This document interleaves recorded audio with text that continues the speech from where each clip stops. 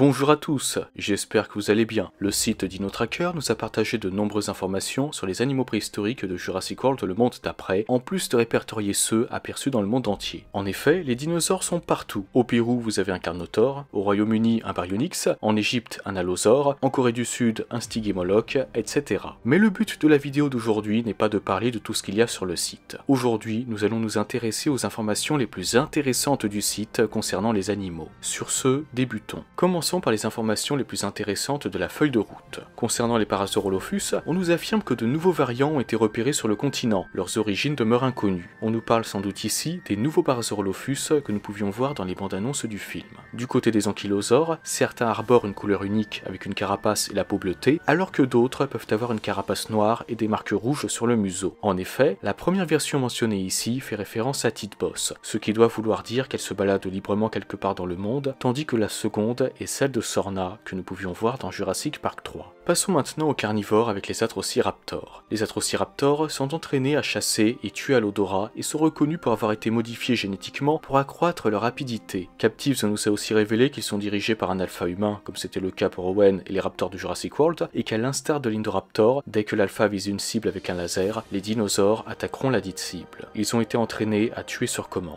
Mais ce n'est pas tout, car on nous explique sur le site DinoTracker que, bien que cela n'ait pas été confirmé, selon certains agents du DPW, les Atrociraptors seraient en fait des dérivés génétiques de Vélociraptor de Sorna, comme l'indiquent des similarités visuelles évidentes. Ce n'est pas confirmé, ce n'est qu'une théorie de certains agents du DPW, mais c'est intéressant de voir que même dans cet univers, le rapprochement entre les Atrociraptors et les raptors de Sorna a été fait. Concernant les Pyroraptors, on nous affirme que leurs plumes sont plus qu'un ornement. Elles aident les animaux à se mouvoir et les protègent contre les conditions météorologiques les plus extrêmes. Captives nous avait aussi expliqué que le Pyroraptor traque ses proies à travers les différents terrains et climats, jungle, montagne, etc. de la vallée de Biosyn. Ces mouvements furtifs lui permettent de chasser sa proie, même dans les eaux glacées d'un lac gelé, attendant que ses victimes tombent à travers la glace, se fissurant. Du côté de ce qu'il y a sur la carte du monde, si on va à Vancouver au Canada, on peut voir qu'il s'agit d'une zone de nidification pour ptéranodons. Un comportement qui avait déjà été enregistré en 2001, quand un groupe de ptéranodons s'était échappé d'Isla Sorna pour commencer leur nidification dans la même zone. Une vidéo montrant l'équipe de Vic Hoskins s'en occuper est d'ailleurs visible sur le site. Et si vous en voulez plus concernant les ptéranodons de Sorna, sachez que 2 d'entre eux ont été pris en photo par un amateur vidéaste à Helena dans la forêt nationale Lewis et Clark dans le Montana. Il n'est cependant pas précisé si la photo remonte à 2001 ou si elle est récente. Mais étant donné que si on va sur le compte rendu de la feuille de route des ptéranodons, on nous dit que certains variants actuels possèdent un cou qui rappelle la grue alors qu'on en a trouvé d'autres avec des dents à l'intérieur du bec, ça doit vouloir dire que la photo est récente. Au passage, quand on nous parle de variants possédant un cou rappelant la grue, cela doit faire référence aux autres ptéranodons de Sorna qu'on pouvait voir dans le monde perdu Jurassic Park. Terminons par un rapport plutôt étrange puisqu'il est différent d'une version du site à une autre. Si vous allez au Pays de Galles sur le site dans sa version américaine, vous découvrirez que des vacanciers auraient été attaqués dans leur maison de vacances par une paire de Carnotaures. Les témoins les décrivent comme des dinosaures rougeâtres bipèdes avec 2 cornes au-dessus des yeux. Le doute n'est donc pas permis. En revanche, dans la version française du site, et ce n'est pas la seule où c'est le cas, dans la version allemande et la version brésilienne aussi il me semble, on nous affirme que les témoins décrivent un carnivore rougeâtre sur 2 pattes avec une corne au bout du nez, qui serait un cératosaure.